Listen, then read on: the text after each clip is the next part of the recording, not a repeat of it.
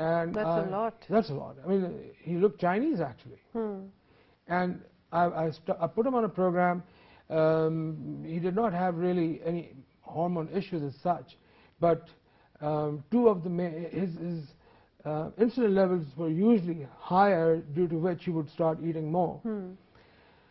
So to bring that weight down, I increased his physical work to the point where, I mean, I would not be able to do that at this age.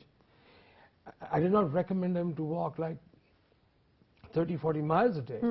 But I mean, when I went back, and this patient of mine, he comes from Islamabad, and he was fine when I went to see him 2 months later, because I checked my patients in Islamabad as well. But when I went there after 4 months, I couldn't even recognize him, because all he did, he followed the plan very well. And you know, when you're going on a plan with a teenager... But that's what I want to know, and I'm sure the people who are watching us and who want to lose weight would also want to know, what does the plan require? I mean, is it mostly some kind of medication, or is it, you know, strict diet plan? Is it a strict exercise plan? What's the primary thing in it? It's a combination of both. I'm sure everything will be in it, but there's some drugs involved too. Okay, here comes a shocker for you.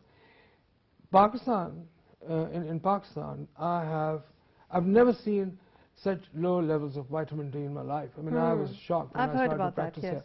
here. And again, vitamin D has got a very strong linkage to gaining weight.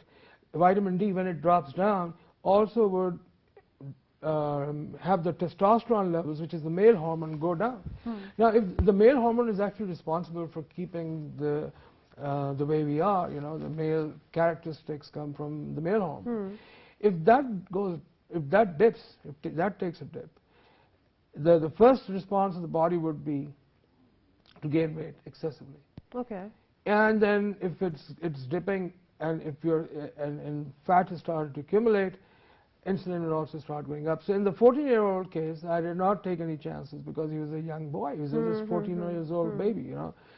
So I gave him a program which is, I cut out on his caloric intake, and I gave him a program. Now, he actually, of course, I tell you, it's a mental game.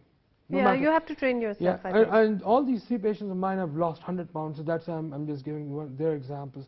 So this boy lost 100 pounds. And this would be in a matter of months? Yeah, about 4 or 5 months. And yeah, I monitor very vigilantly. I'm known. I'm pretty strict with that. Yeah, I am.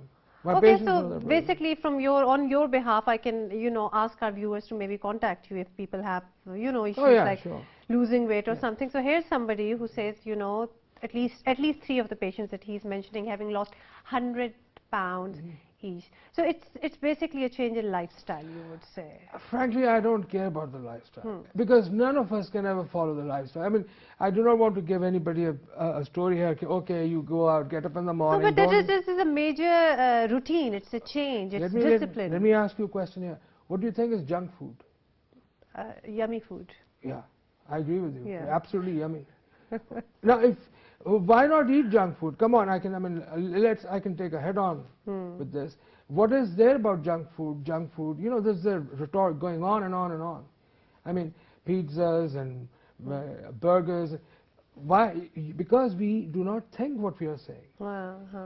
If I was to go on a program where I would only eat pizzas and burgers, I tell you I'll lose weight, because I'm going to go and adjust the hormone. It is now, human body was designed to walk. That was a primary function. So if you're walking, and we were designed to walk like 30, 40, 60 miles a day hunting for food. Yeah. So let's say the year is maybe, you know, we just go back 5,000 years, and in those and if you had to travel from one place to another to get just one burger, I would see how many people would put on it. I don't think there would be many in that line. It is at the end of the day, when you are not doing what you were designed to do. And this came from God. I mean, He wrote the code of conduct and of the cells and the hormones and everything. So if it comes from this is the way you were structured, and if you're not going to do it, you're going to pay through your nose. And paying through the nose would mean maybe you have absolute obesity, or you might have diabetes. Basically, health issues. Yeah. My final question to you, Dr. Zaar. Now, You have, you know, recently returned to Pakistan. Do you see, if you could give us a bit of a comparison, do Pakistanis take care of themselves, their health? Do they, you know, walk regularly? Do they take their vitamins after a certain age? Are they concerned about the self? That's a very good question. Yes, there is a growing awareness in Pakistan. A lot of people are aware of it. But then you see, this is a country with 180 million people, and then from there it goes on to education. And if you are educated, then you know what you have to do and what you do not have to do, and all that stuff. So comparing it with the United States or with any other country, Pakistan is. I'm pretty hopeful that yes, we would have a better awareness as time comes. So it needs to improve. Obviously, it does. Yeah. Okay, cool. We need to improve.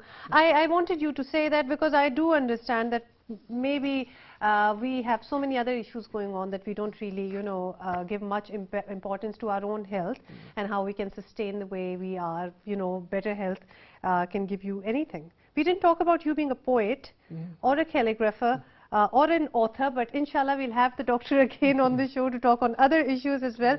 But for the time being, that's it. Thank you very much for joining us and sharing your interesting, you know, stories with us, especially about the weight loss. I like that. We are going to talk about that more in detail, and yeah, short break.